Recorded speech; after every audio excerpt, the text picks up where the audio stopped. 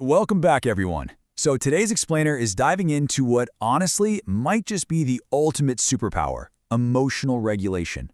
Look, we've all been there, right? That moment when a wave of intense emotion hits, we snap, we lash out, and suddenly, boom, one single impulsive reaction is threatening to completely derail our careers or ruin a relationship. Now, don't get me wrong, emotions are absolutely incredible when they're creating those joyful, lifelong memories. But when they flow negatively, they can create lifelong regrets. So our goal today is to really get into the science of how we can stop letting our emotions drive the bus and instead put you firmly back in the driver's seat. Here's our roadmap for today's explainer. First, reaction versus response. Second, inside the amygdala hijack. Third, discovering your hidden triggers. Fourth, mastering the peace method. And finally, number 5, the 7-day challenge. Let's get right into it. Starting off with Section 1, reaction versus response. It's all about taking control. To really wrap our heads around this, picture a massive bumper-to-bumper traffic jam. You are totally stuck, literally going nowhere. Now, in this exact same annoying scenario, you're going to see two very different types of people. The first type, they're reacting, banging the steering wheel, swearing, stressing out, and effectively just trashing their own mood for the rest of the day, even though, let's be real, the traffic is completely out of their control. That is your classic impulsive, thoughtless reaction. But then look at the second type of person. They are responding. They just kind of accept the situation, maybe use the time to calmly plan out their day, or honestly just kick back and listen to some good music. They assess the situation and act with intention. See the difference? And this brilliantly illustrates the sheer power of responding instead of reacting. Take global movie star Shah Rukh Khan, for example. A reporter once asked him this completely ridiculous, wildly premature question about his 2-year-old son's future movie debut. 2 years old. Instead of getting all angry or defensive about how absurd it was, he just calmly asked if the reporter had a son. The reporter says yes, he has a 2-year-old, and SRK just asks, so when is he going to become a journalist? Right?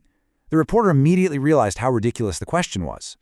The takeaway here is that not reacting doesn't make you weak, and it doesn't make you submissive. Actually, scratch that, it's the exact opposite. Choosing your response makes you powerful, it makes you witty, and it keeps you completely in control of the narrative. Okay, moving to Section 2, inside the amygdala hijack. This is your brain's fire alarm. So let's look at this concept of the amygdala hijack. Basically, this is your brain's internal fire alarm system. Now, for our ancient ancestors, this was an incredibly useful survival mechanism. If a wild animal suddenly jumped out at you out of the bushes, you literally did not have time to logically evaluate the situation. You needed your emotional brain to completely hijack your body and force you into instant action just to survive. But here's the problem. Today, we aren't exactly facing down hungry tigers on our morning commute. Instead, this powerful survival mechanism misfires. It goes off when we face emotional or psychological threats. Things like running late for a big meeting or getting a super rude email from a coworker. When that emotional alarm starts ringing, our brain generally forces us into one of two primitive reactions. First, we can fight. We can call this the Singham response, right? Named after that aggressive action hero movie cop. This looks like yelling, getting visibly stressed out, or actively picking an argument. Or, on the flip side, we choose flight. This is the Milka Singh response, named after the famous sprinter. And this is when we literally run away, we completely ignore the problem, or maybe we just give someone the cold shoulder and silent treatment. And I think we can all agree, neither of these are particularly logical responses to a simple workplace disagreement. So the crucial point here is really understanding this internal battle happening right inside your head. Imagine your brain has two key players on the field. One is this young, highly emotional, super impulsive rookie. The other is Captain Cool, the logical, calculated, strategic thinker, kind of like the famous cricket captain MS Dhoni. Now, when a threat pops up, that impulsive rookie acts in mere milliseconds. It completely bypasses Captain Cool. It takes physical action before logic even has a chance to clear its throat and speak up. And honestly, that is exactly why we end up saying things we desperately regret during a heated argument. Captain Cool was literally locked out of the decision-making process. Which brings us to Section 3, discovering your hidden triggers. Let's find out what actually sets us off. I want to share a great little story from our source material about a woman named Simi. So she's just calmly working at her desk, totally normal day, when suddenly she screams, jumps out of her chair, and sprints to the far corner of the room. Why? Because she saw a cockroach. A tiny bug. Now logically, a tiny bug can do absolutely zero physical harm to a full-grown human being. Logic dictates there is no actual threat here. But fear completely hijacked her logic. Her emotional brain saw the bug, smashed the panic button, and activated a massive flight response. It makes zero logical sense, but guys, that is the sheer power of a trigger. Let's see how this actually plays out in our everyday lives, because honestly, our triggers are usually completely hidden from us. Sometimes it's past trauma.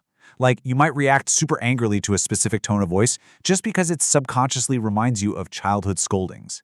Or simply seeing an ex's name pop up can totally ruin your afternoon. Then there are cognitive biases. This is when your mind makes up a story. Maybe that a wealthy person must be greedy, or that a flashy 40% discount is an absolute must-buy, and you end up reacting based on a false narrative, not the actual facts. And hey, even your physical state matters heavily. I mean, skipping lunch and getting hangry, or just missing a couple of hours of sleep, that can completely strip away your logical self-control. All right, Section 4, Mastering the Peace Method. This is how we regain control. The P here stands for pause, and I've got to say, this is arguably the single most powerful tool in your entire arsenal. Remember how we talked about the emotional brain acting in milliseconds and locking out the logical brain? Well, a simple pause, just taking a few seconds or a couple of deep breaths, literally holds back that emotional surge. It physically buys your brain the precious time it needs for your logical Captain Cool to reboot and reactivate. Once again, Shah Rukh Khan is an absolute master at this. When a reporter repeatedly called him by a totally different actor's name by mistake, SRK didn't blow up. He just paused, took a breath, and playfully turned the whole thing into a joke. That tiny pause saved his mood and his public image. Next, the first E is for evaluate triggers. We have to know what specifically sets our own alarm off. MS Dhoni, who is famous for his incredible calmness under immense pressure, actually noted that focusing on the final result was his specific trigger for anxiety. By evaluating his mind and realizing this, his solution was to just focus solely on the process, effectively removing the trigger altogether. So when we practice that pause we just talked about, we can actually use that time to identify what just triggered us. Moving on. A stands for avoid raising tone. Look, when we get angry, our volume just naturally goes up, right? But the second you start shouting, the other person's brain actually registers a physical threat. Their own amygdala hijack kicks in, and boom, they enter fight or flight mode. Suddenly, they are completely ignoring the actual words you're saying, and their brain is 100% focused on defending against your aggressive tone. Shouting literally guarantees the argument is going to get worse, not better. Then we have C, which is choose your words. And there is a massive, game-changing communication shift we can all make right now.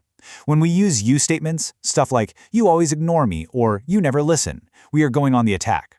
The other person literally has no choice but to get defensive and fight back.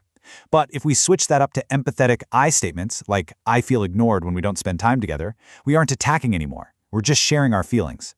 This completely shifts the dynamic from a battle to a connection, fostering empathy instead of defensiveness. It's a total game changer.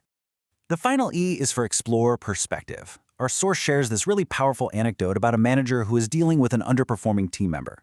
The manager was super angry, totally ready to issue formal warnings, basically assuming the employee was just being lazy. But when he stopped to explore the perspective, he found out the employee was secretly going through a devastating divorce. Instantly, the manager's reaction shifted from anger to empathy. We never truly know what medical, personal, or financial battles people are fighting behind closed doors. Simply expanding our perspective changes absolutely everything. And a really great way to force ourselves to explore perspective right in the heat of the moment is to ask this one simple question. Will this actually matter in 5 years? Seriously, the next time someone cuts you off in a traffic jam and you feel that overwhelming urge to scream and ruin your own day with stress, just pause. Ask yourself the 5-year question. The answer is almost always no, right? So why on earth would you sacrifice your health and your mood today for something so completely insignificant? Finally, we arrive at Section 5, the 7-Day Challenge. Let's rewire your brain. So here is a 7-day challenge we can all take to actually apply this science to our lives. Step 1, let's commit to practicing the pause the very next time we feel a negative reaction building up. Step 2, in that pause, observe what specifically triggered it. Was it hunger, a cognitive bias, just a specific word someone used? Step 3, every single night this week, take just 5 minutes to write down your observations. Jot down where you paused, what triggered you, and how you maybe could have used an I statement instead of a you statement. I promise you, studying our own minds through daily notes like this is absolutely the most powerful way to build lasting emotional intelligence. So I'm going to leave you with this final thought to ponder as you kick off your 7-day challenge. If reacting impulsively can destroy opportunities in a matter of mere seconds, how will mastering the simple power of a pause change the trajectory of your next 5 years? Think about the relationships you're going to save, the respect you'll earn, and the control you're going to regain. The power is entirely in your hands, starting right now. Go out there and start responding.